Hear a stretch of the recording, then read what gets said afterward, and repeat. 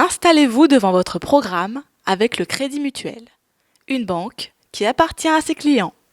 Le 19 septembre, au cinéma Agnès Varda, a eu lieu la première du documentaire Pour une poignée de gigabits. Moi, je suis réalisateur de documentaires depuis quelques années déjà, et je suis toujours à la recherche de sujets, quoi.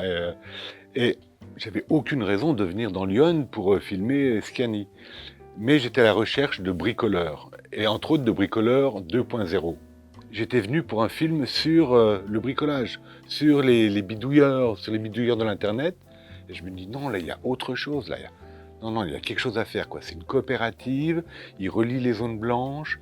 Je suis revenu voir Bruno, revoir Scani, on a discuté du contenu, et le film s'est écrit petit à petit comme ça.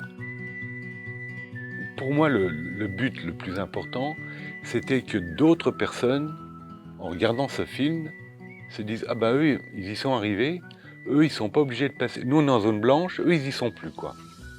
Pourquoi je serais obligé d'attendre des mois et des mois d'avoir la fibre? Pourquoi on se retrouverait pas ensemble pour faire quelque chose, quoi.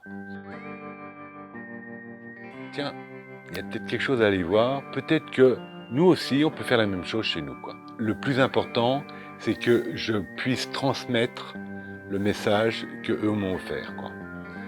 Et je trouve que le point fort de Scani, c'est le vivre ensemble. C'est-à-dire cette bande de potes qui sont... voilà, cette bande de potes à la fois techniques, geeks, mais bons vivants, avec la banane sans arrêt, le sourire, j'adore. Ce qui est important en fait dans un documentaire, c'est de partager.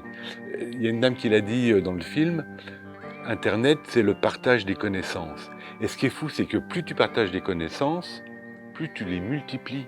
Tu ne divises pas. Tu peux partager un gâteau, t'en as moins.